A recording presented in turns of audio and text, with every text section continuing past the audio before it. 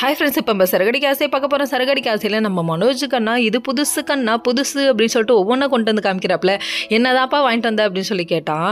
அதாவது ரோஹிணி பயங்கர ஹாப்பியாக இருக்காங்க தாலி கொடி வாங்கி கொடுத்தனால. இன்னொரு பக்கம் வந்துட்டு யார் விஜயாவுக்கு 15,000 ரூபாய்க்கு பட்டு புடவை, அடேங்கப்பா பெரிய விஷயம் இல்லை. இதெல்லாம் ஒரு பக்கம் இருக்க. ஒரு வாட்ச் வாங்கியிருக்காரு, அது எடுத்து கேட்டால் 51,000ங்கிறாரு. அப்பாவுக்கு தான் கொடுக்க வராருன்னு பார்த்தா கடைசியில் இது எனக்குப்பா, நான் பிஸ்னஸ் மேன் ஆகிட்டேன் அப்படிங்கிறாரு. பிஸ்னஸ் மேனு மூச்சுக்கு 300 தடவை நீயே சொல்லிக்கூடாதுப்பா, மித்தவங்களாம் சொல்லணும்ப்பா அப்படிங்கிற மாதிரி ஆயிடுச்சு.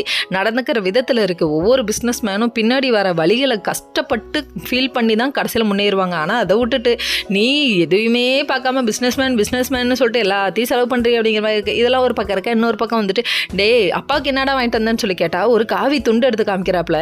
என்னடா அது இப்படி இருக்கே அப்படிங்கிற மாதிரி இருக்குது. 50 ரூபா துண்டை கொடுத்துட்டு இப்படி அழலேக்கா உட்காந்துருக்க, உன்னை படிக்க வச்சதே இந்த மனுஷன் தான்டான்னு சொல்லிட்டு ஃபீல் பண்ண ஆரம்பிச்சிட்டாங்க. என்ன பண்ணுறது, பரவாயில்ல விடு, இவன் கையிலேருந்து இதை வாங்குறதே பெரிய விஷயம் அப்படின்னு சொல்லிட்டு அவர் நினைக்க ஆரம்பிச்சாரு. நம்ம யாருக்கு, அண்ணாமலைக்கு தெரியுமாச்சே எந்த புள்ள வந்து எந்த விதமாக இருக்கும்னு அவருக்கு தெரியாதான், அவர் பெத்த பிள்ளைய. இதெல்லாம் ஒரு பக்கம் இருக்க. விட்றா, எனக்கு இதெல்லாம் ஃபீலிங்ஸ் இல்லைன்னு சொல்லிட்டாரு. இருந்தாலும் நம்ம முத்துக்கு செம்ம காண்டாகுது.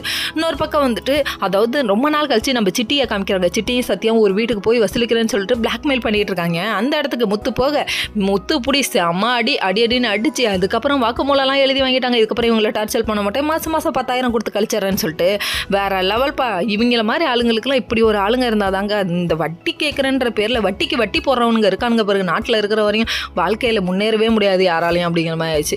என்ன பண்ணுறது, அவங்க குடும்ப சூழ்நிலைக்காக வாங்குறாங்க. கடவுள் பார்த்து ஏதாவது பண்ணாதான். ஓகே ஃப்ரெண்ட்ஸ், நெக்ஸ்ட் வீடியோ பார்ப்போம்.